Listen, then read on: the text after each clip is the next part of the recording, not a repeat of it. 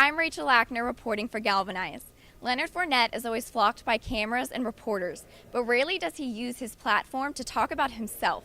He turns a post-game interview into support for a community in need, and a press conference about his accomplishments into a moment for his team. I sat down with him as he begins his second chapter and learned that while the level of ball has changed, the leader in Leonard has not. And everything I've seen about you, you shy away from talking about yourself.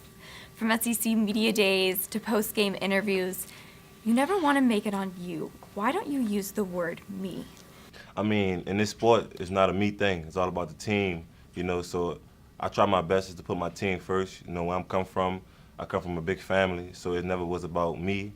It's about the whole. So I feel like, just like with the rookie class we have right here now, I mean, without them, it would be me. I got recruited because some of those guys, and also some of those guys got recruited because of me. How do you keep yourself true to yourself when you're in the spotlight? I just stay true to my ground, my foundation, where I come from. That's something a lot of guys never forget.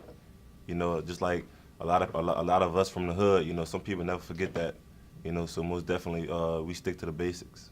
Even on your 22nd birthday, when most guys would be up in the club with their friends celebrating, you were at your high school giving back.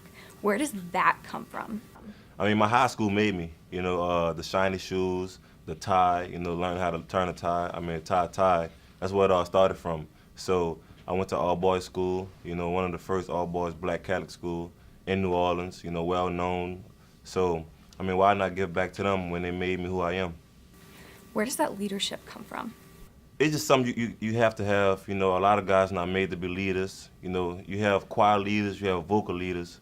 But I mean, it's just something that's in you. I mean, if it's not, you can't work to be a leader sometimes. To me, it's either it's in you or it's not.